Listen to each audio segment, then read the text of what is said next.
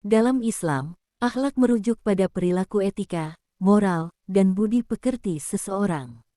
Akhlak yang baik adalah bagian integral dari ajaran Islam, dan pentingnya akhlak yang baik diakui dalam banyak ayat Al-Quran dan hadis Nabi Muhammad SAW. Akhlak yang baik adalah bagian dari tata cara hidup Muslim yang membentuk fondasi yang kokoh bagi hubungan baik dengan Allah dan sesama manusia. Pentingnya akhlak dalam Islam menunjukkan ketakwaan kepada Allah. Akhlak yang baik adalah cerminan dari ketakwaan seseorang kepada Allah.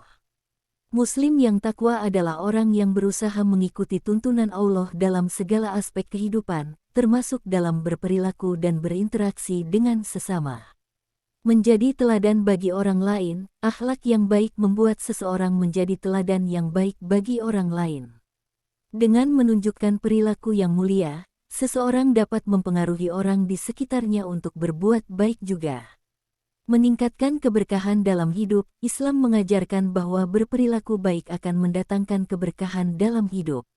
Dengan memiliki akhlak yang baik, seseorang akan lebih mampu menikmati hidup dengan lebih tenteram dan bahagia. Menghindari konflik dan pertengkaran, akhlak yang baik membantu mencegah konflik dan pertengkaran antar individu dan kelompok. Dengan berperilaku baik, seseorang dapat menciptakan lingkungan yang harmonis dan penuh kedamaian. Bagaimana melatih diri untuk mengembangkan akhlak yang baik? Studi dan pemahaman Al-Quran dan Hadis. Studi dan pemahaman mendalam tentang Al-Quran dan Hadis adalah langkah pertama untuk mengembangkan akhlak yang baik. Mengenali nilai-nilai etika dan moral yang diajarkan dalam Islam akan membantu seseorang mengenali tindakan-tindakan yang dianjurkan dan dihindari. Mengikuti teladan Nabi Muhammad SAW. Nabi Muhammad SAW adalah teladan terbaik dalam berakhlak.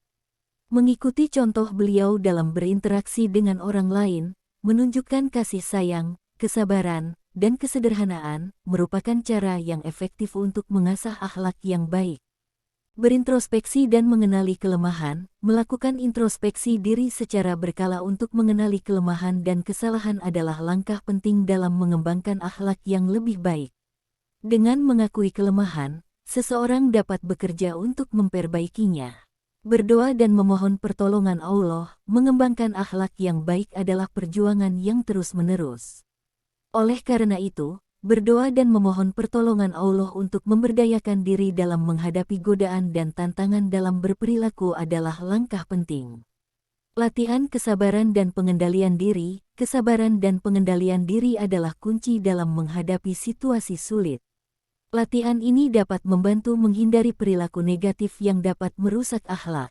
Menjaga pergaulan yang baik, berada di lingkungan yang baik dan berkumpul dengan orang-orang yang berakhlak mulia akan membantu seseorang lebih mudah menanamkan akhlak yang baik.